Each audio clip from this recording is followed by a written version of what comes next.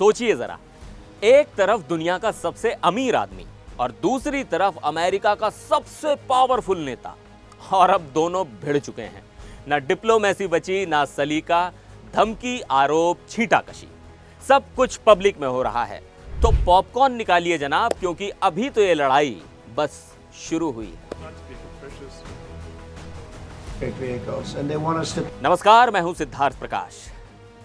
लग रहा है अमेरिका में आजकल पॉपकॉर्न की बिक्री बढ़ ही गई होगी, क्योंकि वहां चल रहा है सदी का सबसे बड़ा मुकाबला। एक तरफ हैं अमेरिका के राष्ट्रपति, मेक अमेरिका ग्रेट अगेन वाले डोनाल्ड ट्रंप, और दूसरी तरफ है दुनिया के सबसे अमीर आदमी, मार्स पर बस्ती बसाएंगे वाले इलॉन मस्क। कभी ये दोनों जिगरी यार हुआ करते थे, एक दूसरे की तारीफों के पुल बांधते थे, लेकिन अब तो भैया ट्विटर, मेरा मतलब एक्स पर और ट्रूथ सोशल पर ऐसी जंग छिड़ी है कि पूछो मत। गाली गलौज, धमकी, आरोप प्रत्यारोप सब चल रहा है। तो सवाल यह है कि इस दोस्ती में दरार आई कैसे? इस झगड़े की जड़ क्या है, और क्या सच में ट्रंप इलॉन मस्क की अरबों खरबों की कंपनियों को ताला लगवा देंगे? चलिए आज इस पूरी कहानी की परतें उधेड़ते हैं। तो भैया, हर कहानी की तरह इस कहानी का भी एक विलन है, और इस कहानी का विलन है एक बिल। जी हां, एक सरकारी बिल। हुआ ये कि ट्रंप एडमिनिस्ट्रेशन ने एक टैक्स और खर्च से जुड़ा बिल पेश किया, जिसे ट्रंप बुलाते हैं बिग ब्यूटीफुल बिल। और हमारे इलॉन भैया को यह बिल बिल्कुल पसंद नहीं आया। उन्होंने एक्स पर पोस्ट डाल दिया कि यह बिल शर्मनाक है, बेईमानी है और जनता के पैसों की सरासर बर्बादी है, और इसे आधी रात में चुपके से पास कर दिया गया ताकि कोई भी पढ़ ना सके। मतलब ट्रंप से सीधा सीधा पंगा ले लिया। अब ट्रंप तो ट्रंप है, वो चुप कैसे रहते? उन्होंने तुरंत अपना social media platform truth social खोला और मस्क को लपेट लिया। बोले, मैं बहुत निराश हूं, इस लड़के को बिल की हर बात पता थी, तब तो कुछ नहीं बोला। अब जब पता चला कि इलेक्ट्रिक गाड़ियों पर मिलने वाली सब्सिडी में कटौती हो रही है, जिससे इसकी कंपनी को अरबों डॉलर का चूना लगेगा, तो इसको मिर्ची लग गई। एहसान फरामोश कहीं का। और फिर दी वो धमकी जिसने दुनिया हिला दी। ट्रंप ने कहा, अगर जरूरत पड़ी तो इसके सारे सरकारी ठेके और सब्सिडी बंद कर दूंगा।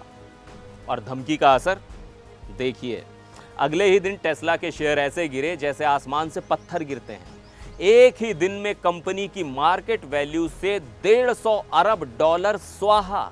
मतलब हमारे पड़ोसी देश के पूरे बजट से भी ज्यादा पैसा एक दिन में हवा हो गया। अब बारी थी मस्क के पलटवार की। मस्क ने कहा, कौन सा बिल? मुझे तो कोई बिल दिखाया ही नहीं गया। ट्रंप सरासर झूठ बोल रहे हैं। और सुनो, अगर मैं ना होता तो ट्रंप 2024 का चुनाव हार चुके होते और डेमोक्रेट्स का संसद पर कब्जा होता। एहसान फरामोश तो वो हैं। मतलब मामला ईगो वर्सेस ईगो पर आ गया है, तू बड़ा या मैं। लेकिन पिक्चर तो अभी बाकी थी।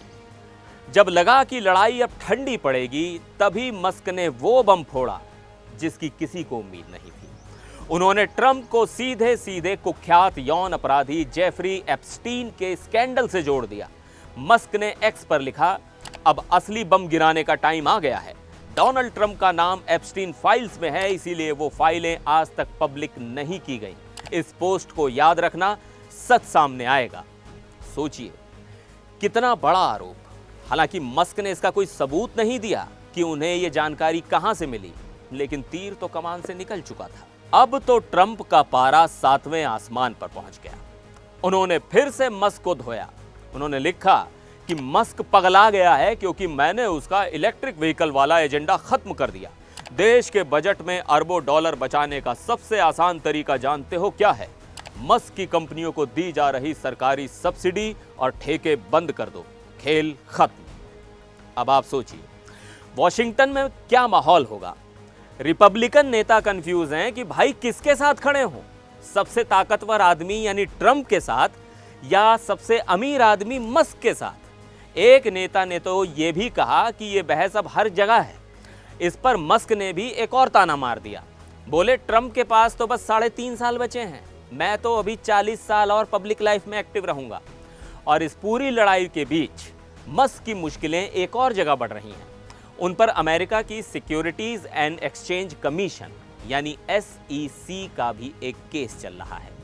आरोप है कि उन्होंने ट्विटर में अपनी हिस्सेदारी की जानकारी देने में 11 दिन की देरी की, जिससे उन्हें $500 मिलियन का नाजायज फायदा हुआ। कोर्ट ने मस्क को जवाब देने के लिए 6 हफ्ते का वक्त दिया है।